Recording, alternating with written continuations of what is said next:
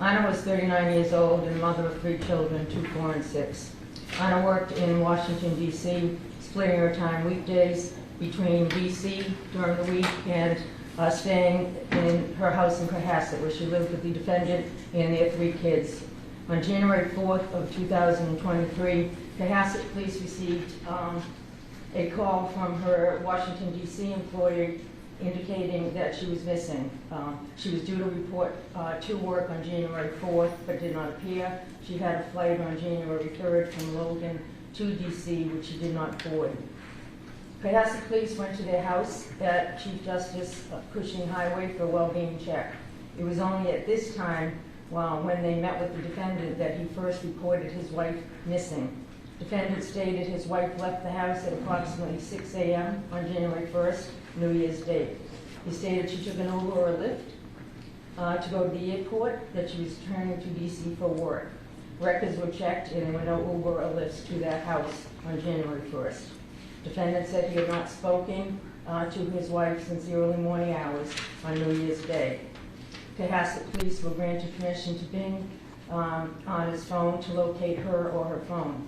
Anna's phone indicated that it was stationary in the area of the Cohasset house on New Year's Eve until 3:14 a.m. on January 2nd. There were no outgoing calls made at that time, and at 3:14 a.m. on the 2nd, it was turned off.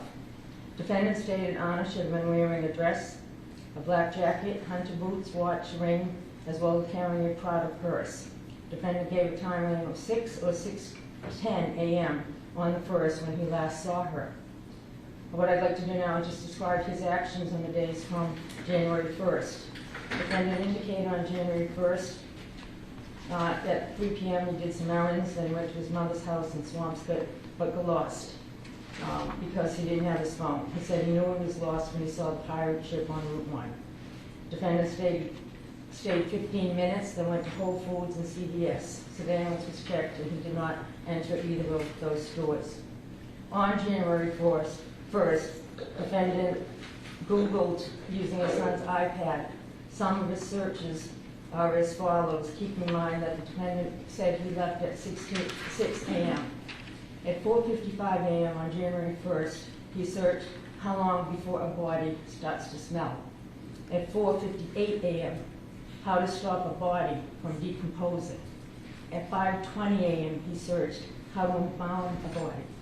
At 5:47 a.m., 10 ways to dispose of a dead body if you really need to. At 6:25 a.m. on the 1st, how long for someone to be missing to inherit. At 6:34 a.m. on the 1st, can you throw away body parts? At 9:29 a.m., what does formaldehyde do? At 9:34 a.m. on the 1st, how long does DNA last? At 9:59 a.m., can identification be made on partial remains? At 11:34 a.m., dismemberment and the best ways to dispose of a body.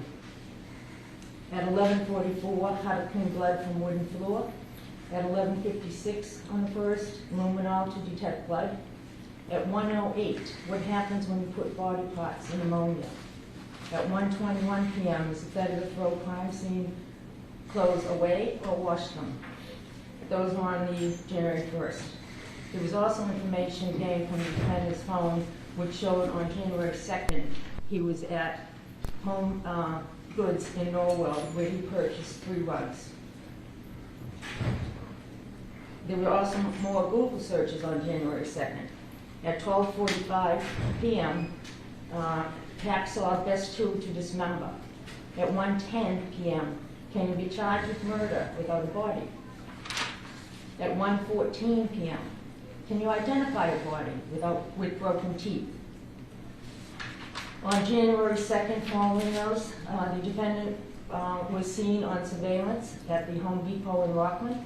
In checking the surveillance, the defendant is observed on a security camera pushing a cart. Items included cleaning products, mops, brushes, tape, towel, a Tyvek suit with boot covers, buckets, goggles, baking soda, a hatchet. He had a face mask and rubber gloves on at the time he was pushing the cart in Home Depot. At 5:32, he was seen at the Derby Street in Hingham, now removing the gloves and the mask. Data from his phone also tracked his whereabouts on January 3rd. Locations were traveled at 4:27 on January 3rd to an apartment complex in Abington. Surveillance shows the defendant's Volvo, as well as a male fitting the defendant's appearance, exit a car near the dumpster. He walks to the dumpster carrying a garbage bag. He's leaning, and it appears to be heavy as he has to heft it into the dumpster. He walks to the dumpster with the garbage bag and leaves it. On 4:48, he hit another complex in Abington, and at 5:10 p.m., cell phone shows records at another apartment in Brockton. Video shows a party consistent with his appearance and his Volvo. Again, he discarded items in the dumpster. On January 3rd, that same day, at 1:02 p.m., he did some more Google searches. What happens to hair on a dead body? At 1:13 p.m., what is the rate of decomposition of a body found in a plastic bag compared to on a surface in the woods? At 1:20 p.m., can baking soda mask or make a body smell good? On January 4th, the following day, the defendant went to Home Goods and TJ Maxx. He purchased towels, as well as bath mats and men's clothing. At 4:15 that day, on the 4th, he went to Lowe's, where he purchased squeegees and a trash can. On January 4th, when Passett police went to the house on the Well Game Shack, officers observed his Volvo with seats down and a plastic liner in the back of the car. The next day, a view of the Volvo showed his seats folded down, floor mats with some dirt, and the carpet appeared to show fresh vacuum streaks. When asked about the liner, the defendant said he threw it in the trash. Chemists later analyzed the car, and there was President Flood in the car. On January 5th, review of the data from defendant's phone showed his phone traveled at 8 a.m. first to his daycare and then to Swampscott, where his mother resides. The phone traveled to the complex where his mother lives at 9:30 a.m., went for about 5 minutes around the building to the southeast corner. In the southeast corner of that complex is where there is a dumpster. The dumpster was later secured and searched. On January 8th, police and crime scene services searched the house in Passett. They found blood in the basement, a knife with the presence of blood. The knife was damaged. A second knife was also found in that basement. In addition, there was heavy-duty large top plastic liners purchased from that Home Depot trip. As part of the investigation, police checked for activity on Ana's credit cards, banks, flights, trains. There was no activity since she was last seen on January 1st. Police also tried to track down what happened to the bags that the defendant was seen throwing in the dumpster earlier. This was over in Abington. These bags and what was in them were already picked up and taken to a location for shredding and to being incinerated. By the time police located that, they were already destroyed. However, investigators did secure and search the dumpsters from defendant's mother's complex in Swampscott. It was searched at a transfer station in Peabody. Investigators recovered 10 trash bags. Inside the trash bags, many of these items contained stains consistent with blood, affected blood. Among the items secured were towels, rags, slippers, tape, Tyvek soup, gloves, cleaning agents, carpets, rugs, hunter boots, Prada purse, a COVID-19 vaccine card in the name of Ana Walshe, a hacksaw, a hatchet, and some cutting shears. The purse and boots were described as what Ana was last seen in. A portion of the rug was heavily stained with red brown stains. The substance was consistent with also having baking soda on it. There was a portion of a necklace consistent with one that Ana had been seen wearing in photos. The state crime lab performed testing on certain selected items that were recovered from those trash bags. There was human blood found on them, and then they were sent for DNA testing. The findings are as follows. On the slippers in the interior, Ana and Brian Walsh were contributors to the DNA on those slippers which had blood on them. On the exterior, Ana and Brian Walsh contributed to the DNA found on those slippers. The Tyvek suit.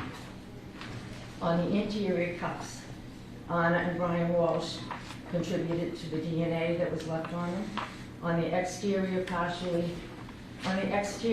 left pant leg, Ana Walsh was contributed to the DNA.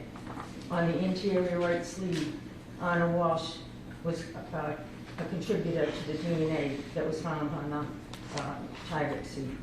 There was tissues which found that Ana Walsh contributed to the DNA. There was one other earlier Google search, which you'll note. On December 27th, defendant Googled, what's the best state to divorce from the end? Rather than divorce, it believed that Brian Walsh dismembered Ana Walsh and discarded her body.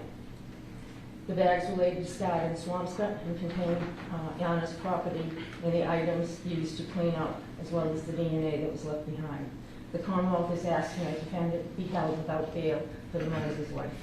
Thank you, Ms. Peters. You wish to be heard at all? No, Your Honor, thank you. All right. Defendant will be held without bail pending indictment. Do we have a date for probable cause, or is dealing with you reserve time for the grand jury? Not at this time, but I will. Your Honor, we have a date of February 7th already for the misleading police. Oh, February 9th, I apologize. If we want to put him on for status on that day? And that's by Zoom, Your Honor, correct? By Zoom. Yes, Do you thank want a you. status date or probable cause date? Status date is fine. Okay. February 9th for status, please. Thank you. Thank you, Your Honor.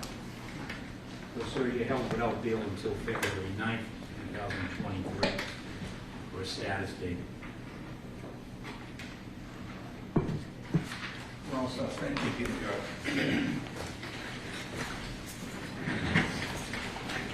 Thank you, Your Honor. Thank you, Your Honor. Thank you both.